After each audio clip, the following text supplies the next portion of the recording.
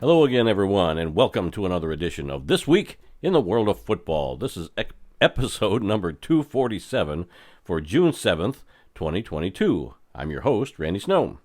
Today we're going to talk about the ballot being released for the 2023 College Football Hall of Fame, and we now know what 8 cities and coaches will be competing in the XFL next year, or do we? In this week's history lesson, we tell the story of the 1994 Las Vegas Posse of the Canadian Football League. But I'm not here cracking up myself, all by myself. Instead, I've got my son with me, and across the table from me, as always, is my son, Adam. Yes, we're back to kind of normal, and I would have jumped in and laughed, but I was like, wait, he hasn't introduced me yet. The show doesn't deserve my laughter until I'm officially introduced. We may have to change that back again where you get introduced earlier. I don't know. I kind of like waiting. I mean, as the senior member of this podcast. Oh, God, here we go again. Hey, I'm just saying, as the senior member of this podcast, I deserve to be announced second. Because what's the old schoolyard saying? First is the worst. Second is the best. Never heard that. Oh, you clearly haven't played on the schoolyard. You were probably inside during recess all the time, you loser. We come to you each week from the World of Football Man Cave, located right here in the center of the football world, Kalamazoo, Michigan. We're here to promote the game of football in all its many forms, past, present, and future. Our goal is to inform and entertain our listeners with the glorious buffet that is the world of football, while keeping a close eye on the rich history of the game. Thanks for checking out our podcast. We'd love to get your feedback on one of our many platforms: Apple Podcasts, SoundCloud, Stitcher, TuneIn, Spotify, iHeartRadio, and YouTube, where we post the entire audio portion of this show, as well as other selected videos. So let's begin today's show with Adam and the World of Football scoreboard. That's right. We're going to kick things off with the USFL. It was week 8 of their season, and we had games on Friday, Saturday, Sunday. We're going to start with the Friday night game. The New Orleans, the New Jersey Generals defeated the Pittsburgh Maulers 29-18. During this game, the big highlight here, I suppose, is that kicker Ramis Ahmed had a 61-yard field goal in the loss for the Pittsburgh Maulers. But that is notable because, what was it, just last week? Just last week. We were talking about how the Michigan Panthers had a kicker who kicked a 60-yarder to be the longest kick in the league history. Yep.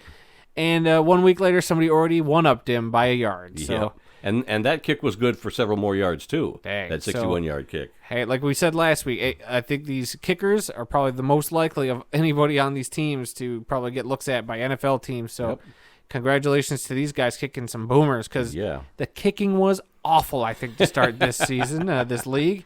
But I think the kicking's at least gradually improved. I think there's been some other aspects of this league that might have had slight improvements as well, but nothing like the kicking has, I think. So, okay. All right, moving on. On Saturday, the Birmingham Stallions continued to remain undefeated, but they narrowly escaped the New Orleans Breakers by a final score of 10-9. Yeah, what a How about that? A real barn burner, but it helps the Stallions stay undefeated. Yep.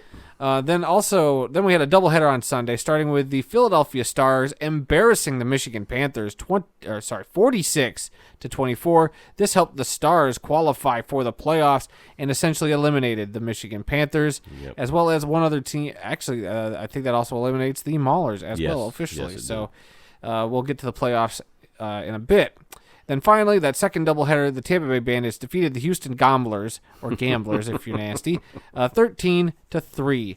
That was your games for the week. And here are the standings with 3 teams clinching spots already. We have 1 spot up for grabs. Yep. But in the North, the two division teams that will be going to the playoffs start with the New Jersey Generals at the top with a 7-1 record, and the Philadelphia Stars with a 5-3 record. And then there is a considerable gap, even though their names are right next to each other. There is a considerable gap because the Michigan Panthers and then Pittsburgh Maulers sit at the bottom of the division with 1-7 records, eliminating themselves from playoff contention. Then in the South, we talked about them. The undefeated Birmingham Stallions at 8-0 are the only team in the South to clinch a spot, but will it be the New Orleans Breakers at 5-3 or the Tampa Bay Bandits at 4-4 who will clinch that final spot with 2 weeks to go? We will find out in the coming weeks. And then the Houston Gamblers all but eliminated at 1-7. And that'll do it for the USFL. Yeah, the only highlight from the Gamblers this week was they had an onside kick. Oh, that's right. The first successful onside kick of the weekend. The kicker kicked it, and then he just ran it down and pounced on it as soon as it went 10 yards. It was kind of iffy if it actually went 10 yards before he touched it in my book, but they still counted it, and that was a pretty good play. That's good. Yeah, I saw the highlight. I didn't catch any of the games. Yeah, I did post that on our Twitter feed, so if you haven't seen it out there, go to our Twitter feed and check it out. All right. Moving over to the Indoor Football League. It's week 13 over there. I can't believe they've been going for 13 weeks. The Green Bay Blizzard on Friday night defeated the Quad City Steamwheelers 31-13. Then on Saturday, we had a slew of games for the remainder of the week. The Frisco Fighters defeated the Bismarck Bucks 55-24. The Sioux Falls Storm defeated the Iowa Barnstormers 42-34. The Duke City Gladiators got a victory over the defending champs 51-43. The Arizona Rattlers. And who are those defending champs? You didn't mention their name. The Massachusetts Pirates. You didn't mention their name. Did I not say the Massachusetts Pirates? No, you just said the defending champs. Oh, well, for those who don't know, the defending champion, Massachusetts Pirates, lost 51-43 to the Duke City Gladiators. There, you happy? I'm happy. Moving on. The Arizona Rattlers decimated the Bay Area Panthers 83-21. A spanking. I don't even know if the Panthers got off the bus for this game. And then finally, in actually not in a showdown, the Northern Arizona Wranglers continued winning. This team, I don't know how or why they've all of a sudden gotten hot, but they are, and they defeated the San Diego Strike Force 35-17. And then on bye this week, we had the Vegas Nighthawks and Tucson Sugar Skulls. So we go over to the standings. In the East, the Frisco Fighters sit atop the division with a 9-2 record, followed by the 7-4 Massachusetts Pirates. Then the Iowa Barnstormers and Sioux Falls Storm both sit at 6-5. The Quad City Steamwheelers at 500 at 6-6. The Green Bay Blizzard at 5-7, and then the Bismarck Bucks rounding out the division with a 3-9 record. Over in the West, it is we still haven't decided who is technically in the lead because of tiebreakers, but you've written down first. The Northern Arizona Wranglers at 9-2 and the Arizona Rattlers at 9-2 sit at the top of this division, well ahead of the next place, which is the Duke City Gladiators at 6-5, the Tucson Sugar Skulls at 500 at 5-5, the Vegas Nighthawks, who had the week off, at 4-7, the San Diego Strike Force at 2-9, and those Bay Area Panthers at 1-10. And that'll do it for the Indoor Football League. And now we're going to throw it over to Randy and the Champions Indoor Football. Week 13, end of the regular season. What do we got over there? Well, yeah, it was the end of the regular season. As you recall, last week they did not get their scores posted by Tuesday for us to do our podcast, so we didn't mention their scores. But they did have their scores posted this week in time, and they also have their playoff pairings set. So starting with the games from last week, 4 games, all on Saturday. It was the Omaha Beef over the Topeka Tropics 42-21. The Salina Liberty over the Southwest Kansas Storm 36-13. The Sioux City Bandits over the Rapid City Marshals 77-7. Wow, what a spanking. But I mean, this game, I mean, you don't have it in the notes, but it went around the internet. I don't know if anybody saw that the Sioux City Bandits were supposed to have a very sketchy giveaway during the game. They were going to give one lucky fan that's right. You told me AR-15. Yes, that is right. They were actually going to give away an AR-15, and considering the events that happened down in Texas, and some other stuff that's been going on in our country, which is very unfortunate, I think it was very poorly timed. They did, to say the least. They had the promotion up, and I think it got taken down because as soon as I went to go look for it, just to see if it was real, because I mean, this went around, and who would have just picked the Bandits and faked an indoor football team's, Facebook, profile picture and everything just to have a joke go around. So I assume this was real. And I don't know. You told me about it. I didn't actually see it. It disappeared, but apparently somebody took a screenshot of some local news covering they were going to do this, and once it got held by the NFL memes page, they do a lot of funny NFL memes, obviously, but they also will put up quick little news stories connected to the Daily Snark website. I don't know how reputable they are, but they are on top of a lot of the current sports stuff. So that made its way there, and that's kind of how I discovered it. When I went to go look it up to confirm it, I couldn't find it. So I'm going to say they were smart enough to delete all traces of ever running this promotion. It was stupid in the first place, and the fact that an indoor football team, Champions indoor football team got a little bit of national exposure because of that, had me a little concerned. I was like, uh-oh, this is not for good reasons. Yeah. So, yeah, I wanted to make sure to throw that in just for prosperity, because if we look back on this podcast in years, we're going to hear this part and be like, oh, a team did that? A team was that stupid? Yeah. So, yeah, that was a real thing that might have happened this past week. Wow. And I thought the score was the story itself, 77-7, but obviously not. Okay. You got more scores. Oh, that's right.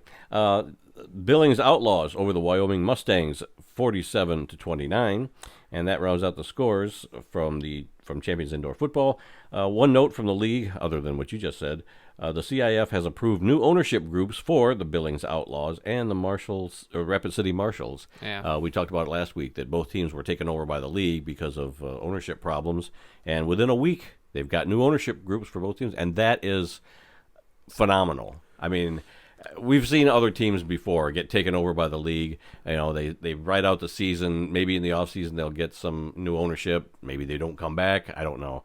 But to get two ownership groups for two teams, and one of them is a playoff team, I think that's pretty good on that. In the final week of the season, yeah, I don't know. We'll see how long that lasts. Yeah. Because who knows if it's just a temporary thing or what. Could be. I don't know. But I thought that was very strange that within a week they had new ownership groups for both teams. All right, looking at the CIF standings, Sioux City Bandits at 9-1, Salina Liberty at 7-3, along with the Billings Outlaws and the Omaha Beef. The Southwest Kansas Storm sit at 5-5, Wyoming Mustangs at 3-7, Rapid City Marshals at 2-8, and the lowly Topeka Tropics at 0-10. Now, looking at the playoffs coming up this coming weekend, it's going to be the number 6 ranked Wyoming Mustangs at the Billings Outlaws, the number 5 Southwest Kansas Storm at the number 4 Omaha Beef, and having a first-round bye in the playoffs are the number 1 ranked Sioux City Bandits and the number 2 ranked Salina Liberty. So that's it. We'll have playoff scores from the CIF next week. If they post them.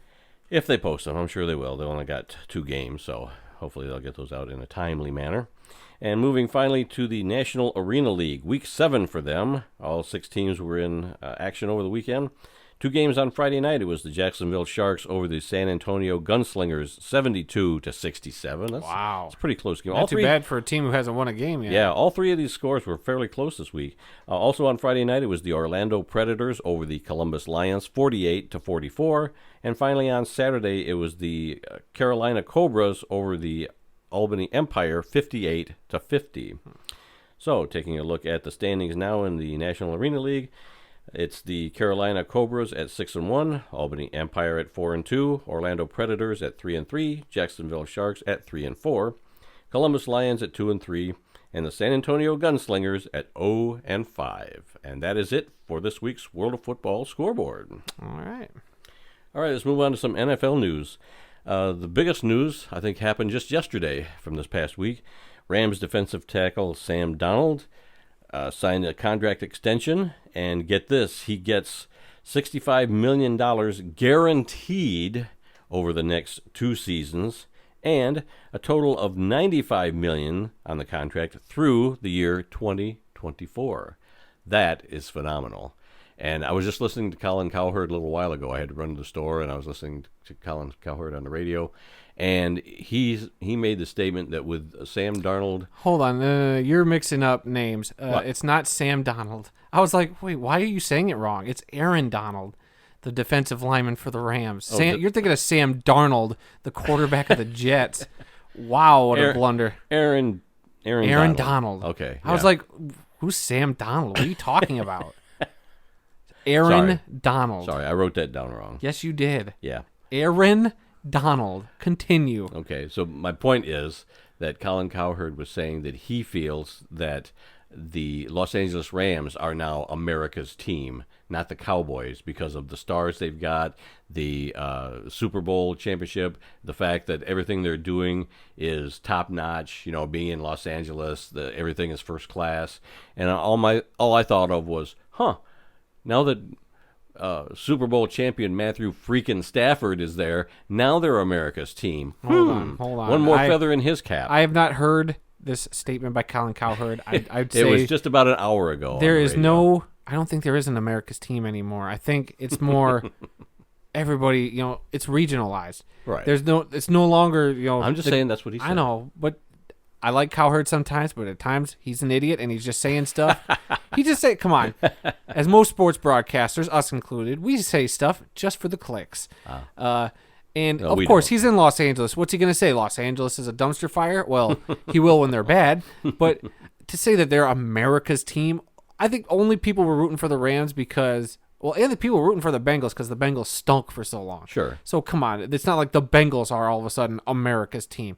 I don't think there is ever going to be another America's team. For a while, I'd say the Patriots were the next thing to America's, quote, team, but everybody was just loving to hate them. Right. And the Cowboys, everybody just also loves to hate, essentially, but I wouldn't say they're America's team anymore. It's not the 70s whenever they were America's team. Yeah. I don't think that's the case anymore. I think everything is more regionalized. Sure. I think if everybody's liking on the Rams, it's just because, you know what? We like Matthew Stafford. He's a nice guy. We like rooting for them. Oh, that's Sean McVay. He's a good young coach. I like them. And also, by the way, did you see that Sean McVay, I was almost going to send this to you. This should have been a story. But he had his birthday party, I think, last night. And his cake was shaped like the Lombardi Trophy. And there's a great video of him biting the tip off the football on that cake. I did not see that. Yeah. And then I've seen some other, I guess these players can get custom Super Bowl trophies. They get like a version of the trophy themselves. I think Matt Stafford got his own edition of the Lombardi Trophy to put in his house. And I think the backup running back, I saw a video of his girlfriend sharing a video of him opening up the bag and pulling out the Super Bowl trophy. So I want a replica Super Bowl trophy if the Lions ever win it. I don't know how much that costs, but I want one. I think it's cool. Every player gets a ring, and you get your own version of the Lombardi Trophy. It's probably not obviously made of the same material, but yeah. Well, I'm surprised. As long as it looks I've like not heard of that before, but it makes. I haven't either, but I'm seeing more people getting it. Yeah, it makes sense. I mean, what isn't it? Johnson from the Jimmy Johnson's got like a Super Bowl trophy. Oh yeah, in that you can little see it display. on his shelf sometime when he's. So he's got to have a makeshift one too. I don't think Jerry Jones is just willy nilly handing out Super Bowl trophies. Well, last week we talked about how the Winnipeg Blue Bombers fans can buy replica Grey Cup rings for $50. That's true. And $90 for a ring with a nice display case or case to keep it in. So I think that's awesome. So yeah, if you're a fan of your team, somebody wants to buy me a Winnipeg Blue Bombers ring, I'll be a Blue Bombers fan. I'll join the Blue Bombers bandwagon this year. Three-peat, baby. What a bandwagon jumper. Hey. I'm an Argo fan through and through, but I'll also root for the Ticats and every other team in that league. Sure. Yeah. I agree. I like all the teams.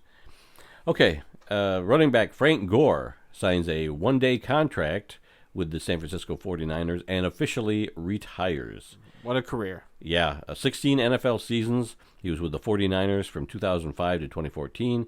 He played for the Indianapolis Colts from 2015 to 2017.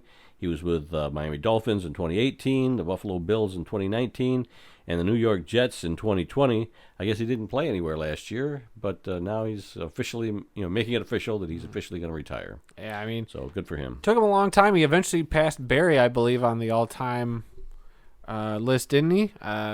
Because he made it onto the all-time rushing list, but I mean, it took him. Because it was not like he was pulling. Barry? I don't know if he surpassed Barry. He might have. I'll look it up real quick, but I'm pretty sure. He got up there, and obviously he wasn't pulling 1,000-yard seasons, but he was still, chipping his way at his numbers, over the years. 16 seasons is a long time. I mean, a few years ago, I thought, is he still out there playing? Because he was. I remember him so vividly with the 49ers, but. After that, I kind of lost track of him, and I didn't realize that he was still out there playing. Yep. So let's just talk about the top 5 all-time rushing leaders. At number 1, do you know who it is? Emmitt Smith. Yep, Emmitt Smith with 18,355 yards, played from 1990 to 2004. Second place, do you have any idea who it is? It's supposed to be Barry. It's Walter Payton. Oh, that's right. 16,726 yards, played from 1975 to 1987 with Chicago. Yep. Number 3. Supposed to be Barry. Number 3 is Frank Gore with 16,000 yards even. Okay. Playing from 2005 to 2020. He's played with 5 teams, as you mentioned. At number 4. Yeah, it's Barry. He had 15,000 something. Yep, Barry Sanders with 15,269 yards, playing in Detroit from 1989 to 1998. And do you know who 5th place is? No, I can't think of who's. Adrian Peterson with 14,918 yards. Played from 2007 to 2021. He's played with 7 teams. If he latches onto a team, all he needs is a 300 yards, 400 yards to pass Barry on the all-time list. So, Well, I hope he doesn't play anymore then. wow. Got to keep Barry in the top 5. And I'm pretty At sure least. he's the only active player, I think, looking at this list. Yeah, he's the only active player on this list, Mr. Adrian Peterson. So, yeah. Yeah, he was with Detroit for a little while. Yeah. For half a season. Yeah. Okay. In other news, quarterback Ryan Fitzpatrick announced his retirement after 17 NFL seasons. He was with the he played from 2005 to 2021, and he played with the St. Louis Rams, Cincinnati Bengals, Buffalo Bills, Tennessee Titans, Houston Texans, New York Jets, Tampa Bay Bucks, Miami Dolphins again, and the Washington football team. He played for 9 different NFL teams, which I saw a graphic today that said that is 28% of all the teams in the NFL he's played for. Oh, and he went to Harvard. I remember when he college. came out and everybody talked about how he went to Harvard and all that, but I didn't think he'd amount to anything. Then he fit in. People called him Fitzmagic because he'd come in sometimes and just pull off heck of games that you wouldn't have expected from him. He just looked awesome at times. And then there were times where he was Fitz-tragic. And he'd come out and he'd look awful. Like, I think when he played with Tampa, remember, he came out, he balled really good one game. And I think Deshaun Jackson gave him, like, a bunch of gold chains.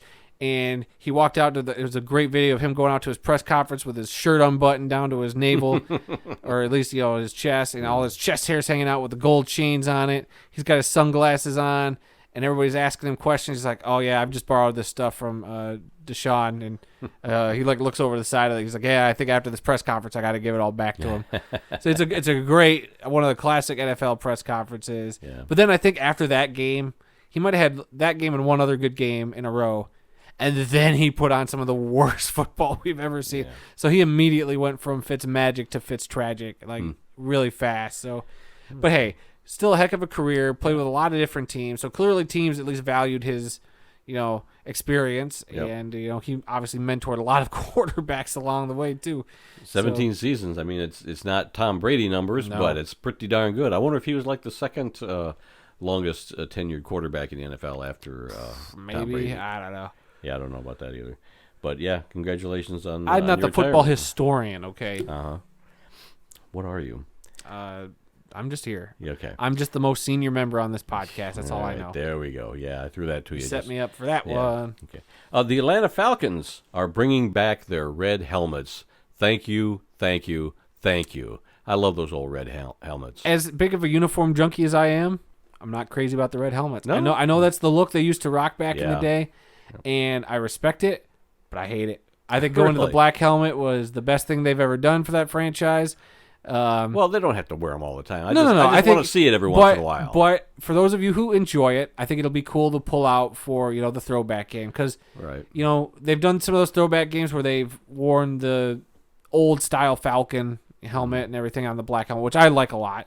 But I think you should be able to have most of your throwback looks brought back, and this is one of them. And I'm all for it. I'm not crazy about the look, but hey, I'm glad they're finally doing it. And this is one of the first examples I think we've actually seen now, the 2 helmet rule. Yes. So good for the Falcons, and I'm waiting to hear some more teams do this because I think like the Patriots bringing back the snapping Patriot, whatever you want to call it. It's got a name. I forget. But yeah, do a history lesson on it. The white helmet. Yeah, so there's a few teams that got some throwbacks with different helmet shells that I'm excited about. So. I want to see the Tennessee Titans as the Houston Oilers. Oh, that'd be great. I want to see that. Those. Would be great. Yep. In those powder blue uniforms with the oil. So now that we got the 2 helmet rule, we're waiting on more teams to do it. So Atlanta, I think now, like I said, the first team to actually do the 2 helmets. And then I'm waiting for the first team to come out with an alternate helmet that we've never seen before, like an all black version of a helmet for an all-black uniform, or a team that normally has a silver, blue, a regular shell going to a white shell or something. I'm curious and waiting for that next shoe to drop. So when is somebody just going to throw out an alternate Like, say the Packers have a white helmet all of a sudden instead of the yellow helmet. Yeah. Just something like that as an example. Think there would be a revolt in Green Bay if they did that. Because you know me, I've said this before on the podcast. My theory is all but one team, I believe, would look good with a white helmet shell and their current logo. And the only team I think is the Packers that probably wouldn't look so good. Yeah. That yellow oval on a white helmet just doesn't work real well. I guess depending on the face mask color. I love uniforms. Follow UniWatch on Facebook and Twitter, everybody. I like UniWatch. I don't think the Bears would look good with a white helmet either. You could have something there. The Bears and the Vikings actually might not be as good, but I haven't sat down and looked at every team. Yeah. But I think there are a couple exceptions. Otherwise, on the whole, come on, you telling me a white Lions helmet with the current logo wouldn't look great? That's what my high school helmet looked like. Yep, I think that would look great. Trying to think who else. Kansas City Chiefs, I think would look good with a red face mask and a white helmet. I think that would look pretty cool. The Baltimore Ravens with a purple face mask. And I could do this all day.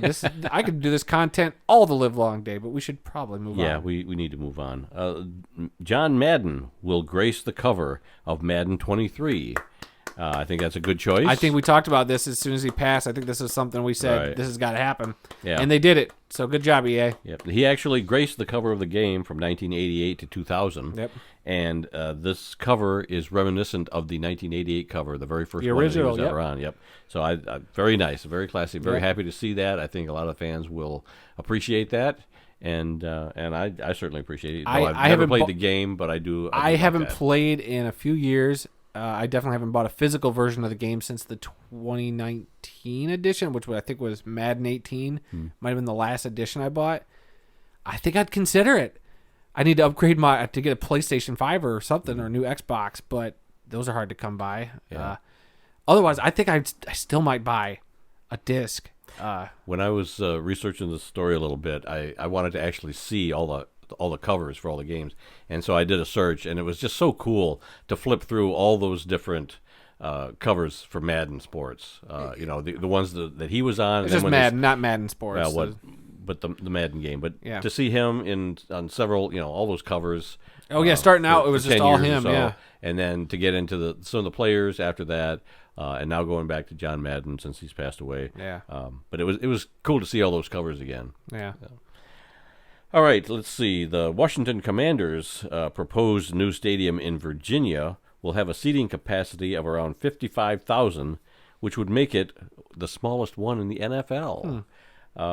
Currently, they play in FedEx Field, and from 2004 to 2010, it had a capacity of 91,000 seats, but they've done some upgrading since then, and they've been losing seats every year. I don't know what the seating capacity is now, but it's not 91,000 anymore. So they're going from the largest in the NFL to the smallest in the NFL. I think it makes sense. I think, not just because their team hasn't been great the last few years, but I think maybe smaller is the way to go in some of these markets. I think, chop it down. Like, I think Detroit's got a nice 65,000. 65,000. So not terrible. But even I'd be like, maybe we should shave it down to 10,000, by 10,000. When they played at the Silverdome, that had a capacity of 80,000. Yeah. So they went from 80,000 to then Ford Field 65,000.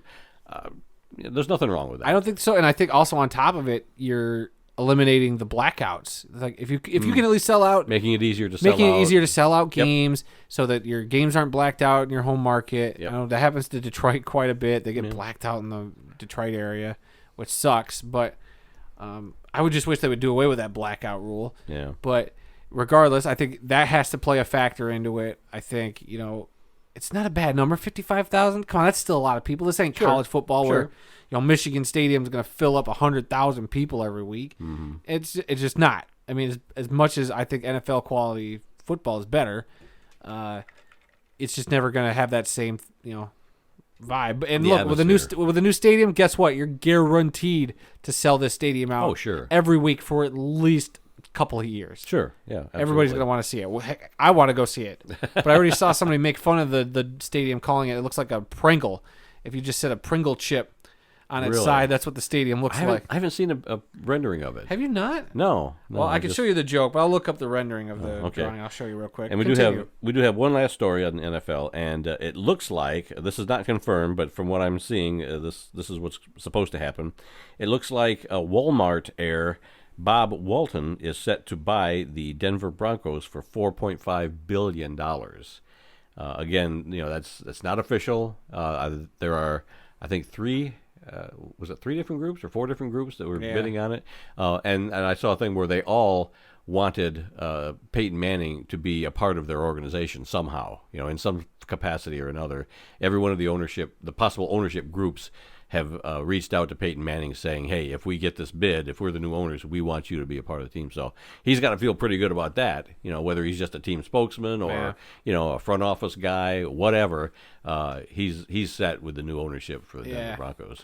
Here, I found the picture for you. And the second one I've never seen before, but this is ideally what it would look like at night. It does look like a red Pringle with a yellow ring around it. I get, and it's supposed to, like during the day, it's supposed to be, the way the sun hits it, it's supposed to look white, and then at night, it turns into like a red with a... So that's a covered stadium then? Yeah, it's going to be like the SoFi where it's got the glass. Okay. And, and Allegiant kind of got that same thing going on. So I think that's where they're leaning with that. Wow.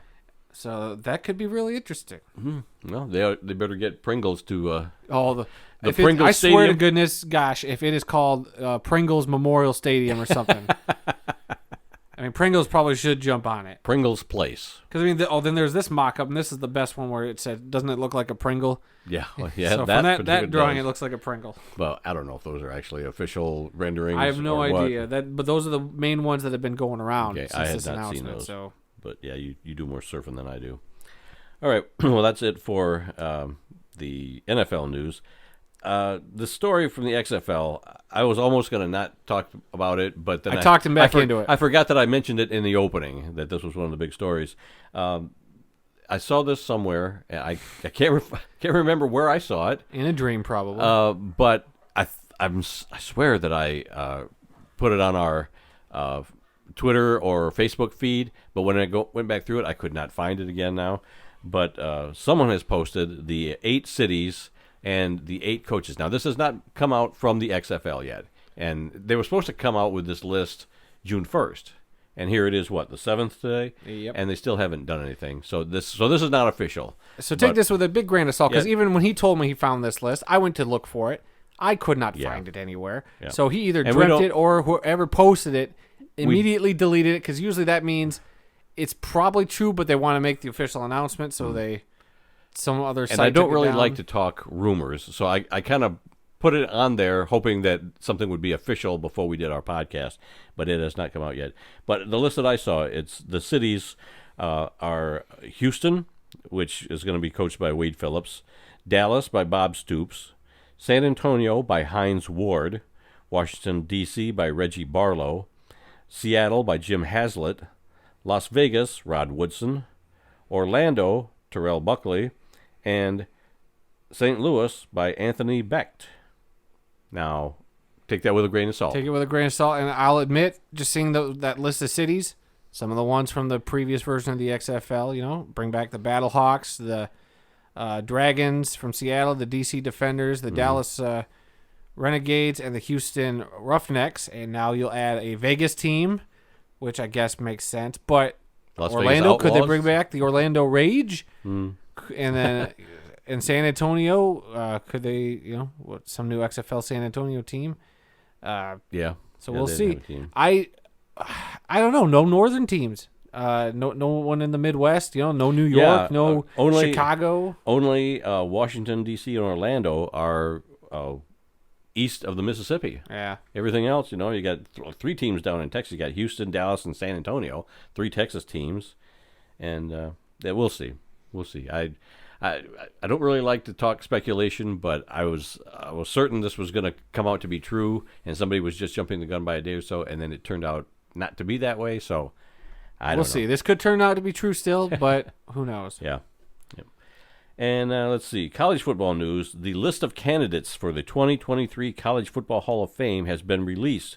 A couple of the names that I grabbed onto. I mean, the first one I saw was Michael Bishop, former quarterback of the Grand Rapids Rampage Arena football team. Herman Moore, former wide receiver for the Detroit Lions and the New York Giants. And you got, Heisman winner Tim Tebow. Marshawn Lynch was on the list. I don't want to run down every name because I think it's on your copy there. How many names? There's like 218 names. 218 names between the FBS division and all the rest put together. They call it the divisional list. So yeah, a lot of names out there. That I did post a link to that from the National Football Foundation website. So if you want to look at the entire list, see if there's some players on there that you recognize, some of your favorite players from the past, go check that out. The complete list is out there, but I just captured onto a couple of them. But like I said, Michael Bishop and Herman Moore were the first two that I really saw that meant something to me. So hopefully they both get in. Okay, Arena Football TV on YouTube.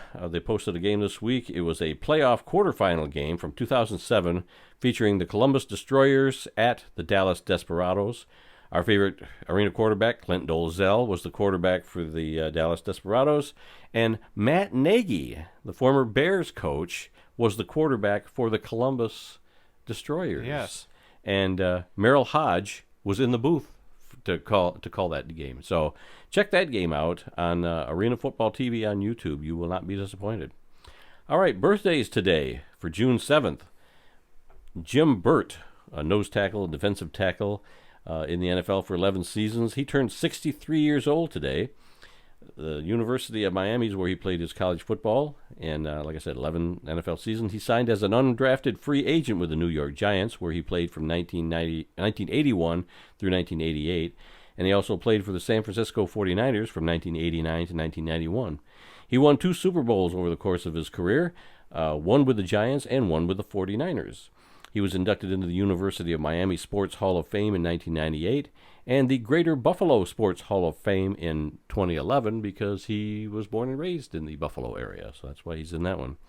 And then the other birthday today, we just talked about him as possibly the new coach of the Orlando team in the XFL next year, Terrell Buckley, defensive back in the NFL. He turns 51 years old today.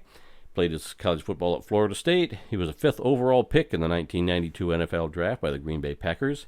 He played 14 NFL seasons. He was with Green Bay from 1992 to 1994. He was with the Dolphins from 95 to 99. In Denver in 2000, New England 2001 and 2002. Back to Miami in 2003. And the New York Jets in 2004, and the New York Giants in 2005. He won Super Bowl 36 when he was a member of the Patriots. So happy birthday, Terrell Buckley, and to Jim Burt. All right, obituaries. We actually have 4 of them today. It's been a busy week, and we'll start off with Marion Barber III, a running back in the NFL for 7 seasons. He's passed away at the age of just 38. He was found dead in his apartment, and no cause of death was released. I have not heard anything since I saw this original obituary. He died on June 1st. Barber played college football at Minnesota and was selected in the 4th round of the 2005 NFL Draft by the Dallas Cowboys. He played in Dallas for 6 seasons from 2005 to 2010 and for the Chicago Bears in 2011. His father, Marion Barber Jr., also played running back in the NFL for the New York Jets from 1982 to 1988. All right. Sorry, your mouse has been acting up over here. All right, our next obituary is that of Verrill Switzer, a halfback and defensive back in the NFL and the CFL, has passed away at the age of 89. Switzer played college football at Kansas State and was selected in the 4th round, as the 4th overall pick in the 1954 NFL Draft by the Green Bay Packers. He played in Green Bay in 1954 and 1955 before leaving the NFL for the U.S. Air Force. He served in the Air Force from 1955 to 1958 and then returned to play football in the Canadian Football League. There, he played for the Calgary Stampeders in 1958 and the Montreal Alouettes from 1959 to 1960. Switzer was a charter member of the Kansas State Athletics Hall of Fame in 1990 and was added... And your thing just jumped as I was scrolling. Gosh, your mouse is so sensitive. And Only you have a problem with that mouse. And was added to the school's football Ring of Honor in 2012. Okay, our next obituary is that of Tony Pachakowski, who was a tackle, guard, and kicker in the Canadian Football League for 13 seasons. He has passed away at the age of 86. Pachakowski played for the Calgary Stampeders from 1955 to 1965 and for the Montreal Alouettes from 1966 through 1967. He was inducted into the Canadian Football Hall of Fame in 1988. All right, and our final obituary this week is that of Bob Talamini, a guard in the American Football League for 9 seasons, has passed away at the age of 83. Talamini played college football at Kentucky and was signed with the Houston Oilers in 1960. He played for Houston from 1960 to 1967. He won back-to-back AFL titles with the Oilers in 1960 and 1961. He finished his playing career with the New York Jets in 1968 and won Super Bowl III as a member of that team. Talamini was inducted into the Kentucky Pro Football Hall of Fame in 2011. I've been hearing about this Kentucky Pro Football Hall of Fame for several years now, and I think I follow them on Facebook. I got to get down there and see this place. I don't know that much about it. I know they've got their own separate Hall of Fame for pro football players that came from the state of Kentucky, and I'd love to go down there and make a trip and just check it out sometime. All right. Anything else that you've seen on your phone while we've been talking? Not really, other than apparently DK Metcalf did not show up to Seahawks mandatory camp. So that's a story people are looking at. Probably not a big deal. You know, players are always holding out of these camps. So yeah. Didn't they say that Jimmy Garoppolo was excused from this? Probably. He just got done with that surgery. They're Yeah. looking at trading him. They've been pretty public about that. Yeah, I did see that. So that's all we got right now. And then obviously there's been that stuff the last couple of days about Desean Watson again. Oh man, more Yeah, allegations I don't even coming wanna out. get into that, I know you don't want to, but I'm more just and saying, more allegations, more more women coming more have forward. come out. And now the thing I've been reading today has been the Browns might actually, and it's a rumor at this point, but the Browns could actually void that guaranteed contract they gave him. So, boy, I mean, no matter what, I think the Browns are not coming out of this. No. You know, they're coming out of this looking real bad because they already burned bridges with Baker Mayfield. Yeah. I saw a great meme where it was, it's a text message and it's like employer texting their employee, hey, just so you know, we're going to be short-staffed tonight. And the response is, oh, dang, that sucks. Good luck. And it was from the perspective of Baker Mayfield getting a text from the Browns, and it was pretty funny. It's like, I don't blame Baker at all. I hope he takes that team for all it's worth. Either get traded, get out of town, or maybe they'll have to back a Brinks truck up for him to play starting quarterback for them this season. Wow. But either way, the Browns not looking good right now. Yeah, when they signed Desean Watson, I think everybody was surprised that they signed him for one thing. And the guaranteed contract because he was such a thing. hot potato even, a couple months ago. Right. There was a lot of questions. People didn't know what was really going on, what was true, what was false. But then to guarantee his entire contract was just ridiculous. So it'll be interesting to see how this all plays out. Yep, it's the ever-changing saga right now. So we'll see what happens, but I'm kind of grinning from ear to ear because Cleveland Browns now looking a little sillier than the Lions. And Yeah, well, okay, let's move on to this week's history lesson. we're doing that stuff. I thought we were about to wrap up the show. Wow.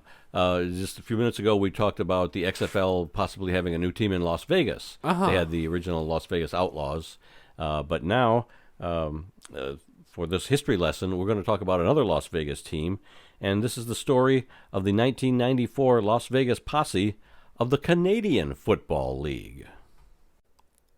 From 1993 to 1995, the Canadian Football League experimented with placing teams in the United States. The CFL's Baltimore Stallions even won the Grey Cup title in 1995 before the league folded all of its U.S.-based teams. There was a total of 8 different CFL teams in the U.S. over the 3-year period. And while the Stallions proved to be a great team in the CFL, other U.S. teams did not do so well, especially the 1994 Las Vegas Posse. The principal owner of the Posse was Nick Milletti, who had been the owner of the Major League Baseball Cleveland Indians and the NBA's Cleveland Cavaliers. The head coach of the Posse was Ron Meyer, who had coached with the New England Patriots and the Indianapolis Colts. The Posse played their home games at Sam Boyd Stadium, which had a capacity of around 31,000 fans. But the stadium was too small to accommodate a regulation-sized CFL field. CFL fields are 110 yards long and have 20-yard end zones. The end zones at Sam Boyd Stadium had to be shortened to 15 yards at each end. The Posse also featured a rookie quarterback by the name of Anthony Calvillo, who would go on to have a 20-year CFL career and be inducted into the Canadian Football Hall of Fame in 2017 as the league's all-time leading passer. The Posse's first regular season game was on July 8th on the road against the Sacramento Gold Miners, another U.S.-based team. The Posse won the game by the score of 32-26. A week later, on July 16th, Las Vegas hosted their first home game against the Saskatchewan Roughriders in front of a crowd of just 12,213 fans. The temperature at kickoff was 104 degrees, but Las Vegas came out with a second win of the season by the score of 32-22 in overtime. The Posse was now 2-0 on the season, but they would win only 3 more games over the course of the 18-game regular season. Between being a losing team and the heat in Las Vegas, fan attendance dwindled as the season went along. On October 15th, Las Vegas hosted the Winnipeg Blue Bombers in front of just 2,350 fans. The Posse lost 48-17. This turned out to be the team's final home game of the season. They had one more home game scheduled on November 5th against the Edmonton Eskimos, but due to the low attendance and increasing financial troubles, the game was moved to Edmonton, where the Posse lost 51-10. The Las Vegas Posse folded after just one season, finishing with a 5-13 record. That put them in last place in the Western Conference. A dispersal draft was held to distribute the Las Vegas players to other U.S. and Canadian teams in 1995. While the experiment to expand into the United States by the CFL was abandoned after only 3 seasons, it did bring awareness of the league to many football fans south of the border. Today, CFL games are available on many streaming services for those U.S. fans who have an appreciation for the unique Canadian brand of football. See, I don't know much about the Las Vegas Posse up until this history lesson, but I also know the one thing before this was that you went and saw them practice while yes, I did. Stationed out in Vegas one time, didn't you? Yep, we were from our Michigan Air National Guard unit. We were out in Las Vegas, and I got to see them practice one afternoon. Tamarick Vanover was also a rookie with them that year, and I've got a picture that I took of him being interviewed by the field, and it was a field behind one of the hotels. I think it was the Riviera Hotel, which is where the players stayed, and they had a practice field set up there, and they had all the team flags, and it was just hotter than heck. You know, this is like June or July, hotter than heck. They had these metal stands with no shade. I had flags of all these CFL teams out there. It was pretty cool, but I never saw a game, but I did see them actually practice one time, and so I've always had kind of a connection to the Las Vegas Posse. I wish they'd have done better, but unfortunately, they just didn't. Okay. So, okay, moving on. Last thing today, upcoming events calendar. This Thursday, in just 2 days, the Canadian Football League regular season begins on a Thursday night with a game between the Montreal Alouettes and the Calgary Stampeders. And then Friday, I just realized this, Friday, the X-League is going to begin, formerly known as the Lingerie Football League, or the Legends Football League. They last played in 2019, and they're going to be coming back here in 2022 as the X League. They've toned down their uniforms quite a bit, but it's an all-women's full tackle football league. They wear like hockey helmets, not real football helmets, but hockey helmets and shoulder pads and this and that. So I'm not sure what streaming platform they're going to be available to watch on, but that does start this Friday, June 10th. July 3rd, the USFL championship game in Canton, and I think we're going to be there. I haven't actually pulled the trigger on You tickets might want to yet, pull the trigger. but yeah, I'm looking at definitely you, me, and Aaron going down for that game. You said you wanted to go to the Rock and Roll Hall of Fame. I would love We to could do that in the morning because the game's not till 7:30 at night. Ugh. So yeah, we'll have all day. You know, Might as well we get could either spend the whole day at the Pro Football Hall of Fame and then just go next door for the game that night, or we could do the Rock and Roll Hall of Fame that morning and then shoot down to Cleveland, which is only like an hour drive or so. We'll figure it out. Cleveland. All I know is, Yeah. I mean, it's either going to be the Generals, the Stars, the Stallions, Breakers, or Bandits that we'll see. So Yep. they're whittling it down. No Michigan this time, Yep. unfortunately. I'll bet it's going to be the New Jersey Generals and somebody else. It'll be the Stallions and somebody else. So? It'll probably be the Stallions versus the Generals. Yeah. I mean, that's probably where we're heading, right? Yep, I think you're right. Let's see. Thursday, August 4th, the Pro Football Hall of Fame game in Canton, Ohio at that same stadium. Jacksonville Jaguars versus the Las Vegas Raiders. And finally, on our upcoming events calendar, Thursday, September 8th, the NFL regular season begins with a game between the Buffalo Bills and the Los Angeles Rams in Los Angeles. America's team, apparently, according to Colin Cowherd. And that's it for this week's show. Yep. Anything else you wanted to say before we call it a week? I think you need to upgrade your technology, as we argued about during the break, during your history lesson.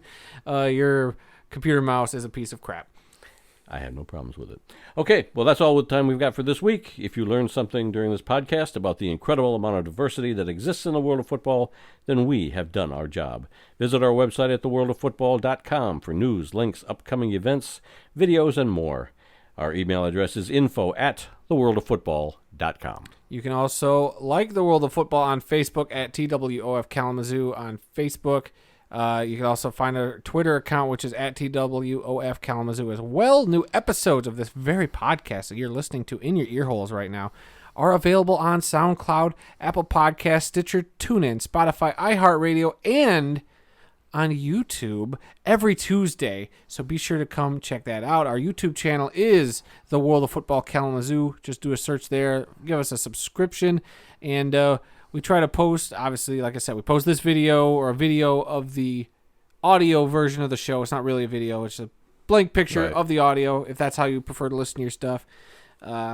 Still working on some video ideas. Haven't done one in a little bit, but we've kind of been all over the place. So we're working on something. Maybe we'll have to take video of our trip if we go down to that weekend. That could be a fun USFL opportunity game. to take some video. Yep. All right, so subscribe, rate, review, give us a like, leave us a comment. Let us know what you think or what you would like to see us do in a video. And come be a part of the football conversation the rest of the time, guys. And remember, people, some people love football more than we do, but nobody, and I mean nobody, loves more football than we do. Until next time, I'm Randy Snow. And I'm Adam Snow. And we'll see you all next week.